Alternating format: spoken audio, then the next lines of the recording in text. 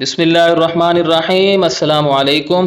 9ویں جماعت کی اردو اور اسلامیات پنجاب بورڈ کے نوٹس PDF میں خریدنے کے لیے رابطہ کریں۔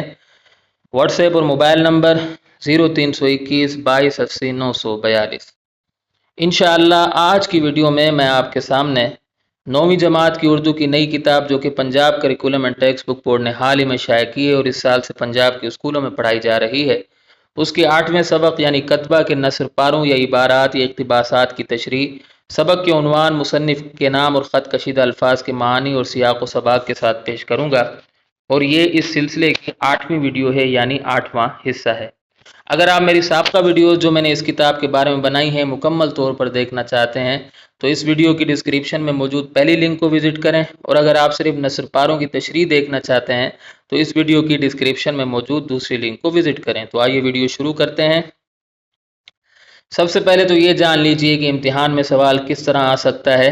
تو سوال اس طرح آ سکتا ہے کہ درج ذیل اقتباسات یا نثر پاروں یا عبارات کی تشریح کیجئے۔ سبق کا عنوان مصنف کا نام اور خط کشیدہ الفاظ کے معانی کے ساتھ ساتھ سبق کا سیاق و سباق بھی تحریر کیجئے۔ تو اسی سوال کو مد نظر رکھتے ہوئے اسی سوال کے مطابق یہ تشریحات بنائی گئی ہیں۔ 26واں نثر پارہ ہے: قفل کھول کر مکان کے اندر پہنچا اور سوچنے لگا فی الحال اس کتبہ کو کہاں رکھوں۔ اس کے ایک حصہ مکان میں 2 کوٹریاں، ایک غسل خانہ اور ایک باورچی خانہ تھا۔ کوٹری میں صرف ایک ہی الماری تھی مگر اس کے کیواڑ نہیں تھے۔ بالآخر اس نے کتبہ کو اس بے کیواڑ کی الماری میں رکھ دیا۔ تو جو مشکل الفاظ ہیں وہ میں نے خط کشیدہ کر دی ہیں، ان کے معنی آگے آ رہے ہیں۔ سبق کا عنوان ہے کتبہ اور مصنف کا نام ہے غلام عباس۔ خط کشیدہ الفاظ کے معنی: قفل یعنی تالا، فی الحال یعنی اس وقت یا ابھی، کتبہ کسی عمارت، مزار یا قبر کے سرانے لکھی ہوئی عبارت پر مشتمل تختی۔ اس کے بعد ایک کوٹریاں یعنی چھوٹے کمرے، الماری، دروازے یا دروازوں پر مشتمل لکڑی یا دھات کا ڈھانچہ جس میں سامان رکھا جاتا ہے۔ اس کے بعد ایک کیواڑ یعنی دروازے، کھڑکی وغیرہ کو بند کرنے یا کھولنے کا پٹ۔ سیاق و سباق: غلام عباس نے اپنے مشہور افسانے کتبہ میں انسانی نفسیات کی زبردست عکاسی کی ہے۔ ایک فرضی کردار شریف حسین کے ذریعے انہوں نے قارئین کو سمجھانے کی کوشش کی ہے کہ کس طرح ایک عام شخص اپنے دل میں مختلف قسم کی خواہشات کا انبار لیے ہوئے ہوتا ہے، لیکن ہوتا وہی ہے جو تقدیر میں لکھا ہوتا ہے۔ درجہ دوم کے کلرک شریف حسین کا یہ خواب کہ وہ ایک اعلیٰ درجے پر پہنچ جائے کبھی شرمندہ تعبیر نہیں ہوتا۔ وہ کباڑیے سے خریدے ہوئے سنگ مرمر کے خوبصورت پتھر پر اپنا نام بھی کندہ کروا دیتا ہے اور اس پتھر کو کتبے کی شکل دے دیتا ہے، مگر گھر کے باہر اسے نصب نہیں کر پاتا۔ کتبہ کئی سالوں تک گھر میں پڑا رہتا ہے، اس کی جگہ تبدیل ہوتی رہتی ہے۔ یہ کبھی بغیر کیواڑ والی الماری میں ہوتا ہے تو کبھی نیلام گھر سے خریدی ہوئی ایک سستی سی میز پر، کبھی بوری میں ہوتا ہے تو کبھی باورچی خانے کے بڑے طاق میں۔ پھر ایک دن یہی کتبہ عبارت کی ترمیم کے بعد شریف حسین کی قبر پر نصب کر دیا جاتا ہے۔ گویا جو خواہش شریف حسین کی زندگی میں پوری نہیں ہو پاتی مرنے کے بعد پوری ہو جاتی، تقدیر جیت جاتی ہے اور شریف حسین کی خواہشیں ہار جاتی ہیں۔ تشریح: اس نثر پارے یا اقتباس یا عبارت امتحان میں جو بھی لفظ آ جائے آپ نے وہی لکھنا ہے، ٹھیک ہے۔ اس نثر پارے اقتباس کی عبارت میں غلام عباس لکھتے ہیں کہ گھر کا تالا کھولنے کے بعد شریف حسین مکان کے اندر چلا گیا۔ اب اسے یہ فکر لاحق ہو گئی کہ کتبے کو کہاں رکھا جائے، کیونکہ جس مقصد کے لیے اس نے کتبہ بنوایا تھا فی الحال وہ پورا نہیں ہو سکتا تھا۔ وہ چاہتا تھا کہ اس کتبے کو گھر کے باہر لگا دے، لیکن اس وقت یہ ناممکن تھا۔ اس وقت اس کی یہ حسرت پوری نہیں ہو سکتی تھی۔ بقول شاعر، لام کے نیچے زیر لگا لیجئے گا، ٹھیک ہے، یہاں پر زیر لگا، کس کس طرح کی دل میں گزرتی ہیں حسرتیں۔ افسانہ نگار مزید تحریر کرتے ہیں کہ شریف حسین کا مکان کافی چھوٹا تھا، اس میں محض 2 چھوٹے کمرے، ایک غسل خانہ اور ایک باورچی خانہ تھا۔ غلام عباس شریف حسین کے 2 چھوٹے کمروں کو کوٹریاں قرار دیتے ہیں۔ شریف حسین کا گھر اس کی غربت کی منہ بولتی تصویر تھی۔ ایک کوٹری میں الماری تو تھی مگر اس کے دروازے نہیں تھے۔ شریف حسین کو کتبے کے لیے بغیر کیواڑ والی یہ الماری سب سے محفوظ لگی، کیونکہ اس غربت زدہ گھر میں اس سے زیادہ محفوظ جگہ کوئی نہیں تھی، لہذا اس نے اس کتبے کو اسی الماری میں رکھ دیا، ٹھیک ہے۔ 27واں نثر پارہ ہے: ہر روز شام کو جب وہ دفتر سے تھکا ہارا واپس آتا تو سب سے پہلے اس کی نظر اس کتبہ ہی پر پڑتی۔ امیدیں اسے سبز باغ دکھاتی اور دفتر کی مشقت کی تکان کسی قدر کم ہو جاتی۔ دفتر میں جب کبھی اس کا کوئی ساتھی کسی معاملے میں اس کی رہنمائی کا جویا ہوتا تو اپنی برتری کے احساس سے اس کی آنکھیں چمک اٹھتیں۔ جب کبھی کسی ساتھی کی ترقی کی خبر سنتا، آرزوئیں اس کے سینے میں ہیجان پیدا کر دیتیں۔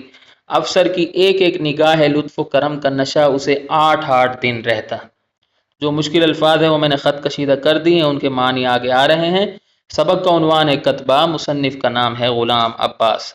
دفتر وہ جگہ جہاں کسی ادارے، انجمن یا محکمے وغیرہ کا عملہ یا کوئی شخص ذاتی کاروبار سے متعلق معمولاً کام کرتا ہے۔ کتبہ کسی عمارت، مزار یا قبر کے سرانے لکھی ہوئی عبارت پر مشتمل تختی۔ امیدیں، آرزوئیں، خواہشیں یا تمنائیں سبز باغ دکھاتی، جھوٹی امیدیں دلاتی، فریب دیتی یا دھوکہ دیتی۔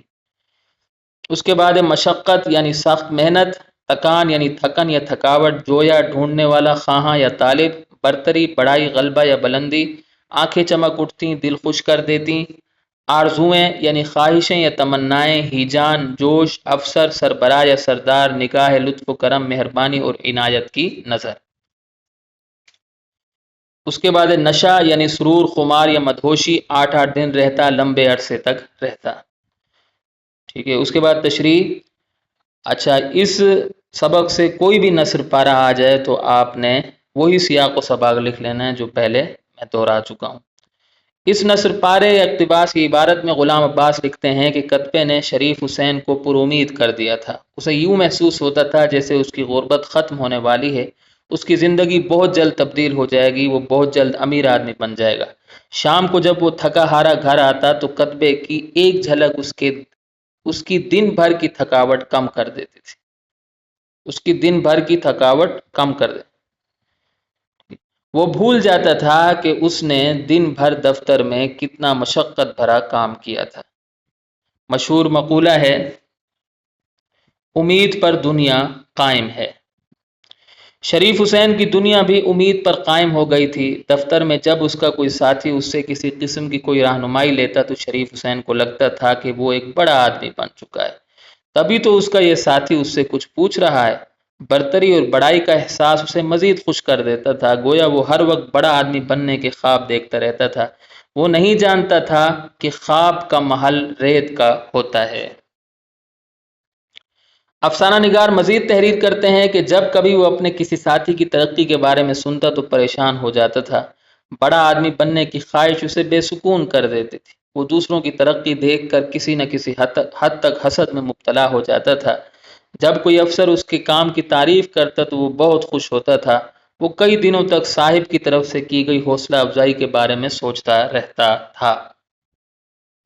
27واں نثر پارہ ہے، جب تک اس کی بیوی بچے نہیں آئے وہ اپنے خیالوں ہی میں مگن رہا، نہ دوستوں سے ملتا، نہ کھیل تماشوں میں حصہ لیتا۔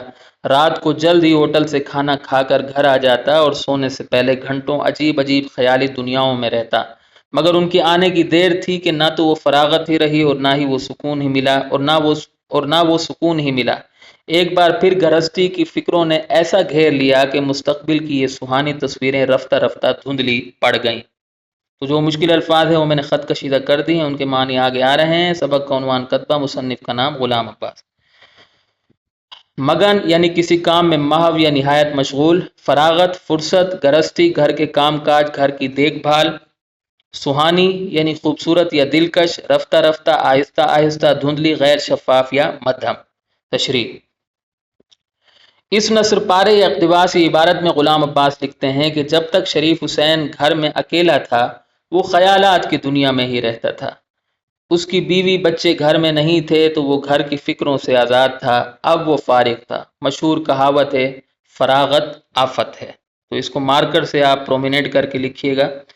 ان دنوں شریف حسین اسی آفت کا شکار تھا۔ وہ ہر وقت سوچتا رہتا تھا کہ کب وہ امیر آدمی بنے گا، کب اس کے بڑے سے گھر کے باہر اس کے نام کا کتبہ لگے گا۔ کتبے نے اسے کسی حد تک تنہائی پسند بنا دیا تھا۔ اب وہ نہ زیادہ دوستوں سے ملتا تھا، نہ کھیل کود میں دلچسپی لیتا تھا۔ بڑا اور امیر شخص بننے کے خواب اور خیال نے اس پر ایسا جادو چلایا کہ اسے ایک نظر نہ آنے والی دنیا کا مکین بنا دیا تھا۔ وہ رات کو ہوٹل سے کھانا کھا کر جلدی آ جاتا تھا، پھر کافی دیر تک جاگتی آنکھوں سے مستقبل کے حسین خواب دیکھتا رہتا تھا۔ وہ بھول گیا تھا کہ خواب کا محل ریت کا ہوتا ہے۔ ٹھیک ہے، افسانہ نگار مزید لکھتے ہیں کہ جب شریف حسین کی بیوی اور بچے گھر میں آ گئے تو وہ بہت زیادہ مصروف ہو گیا۔ اب اسے اپنے مستقبل کے بارے میں زیادہ سوچنے کا موقع ہی نہیں ملتا تھا، کیونکہ اس کے پاس مستقبل کے سہانے خواب دیکھنے کا وقت ہی نہیں تھا۔ گھر کا کام کاج اور مصروفیت بڑی تو مستقبل کی حسین تصویریں آہستہ آہستہ ماند پڑ گئیں۔ اب وہ بہت کم بڑا اور امیر آدمی بننے کے بارے میں سوچتا تھا۔ تو یہاں اگر ہماری ویڈیو اختتام کو پہنچتی ہے، امید کرتا ہوں کہ آپ کو میری یہ کاوش پسند آئی ہوگی۔ اگلی ویڈیو تک کے لیے مجھے اجازت دیں۔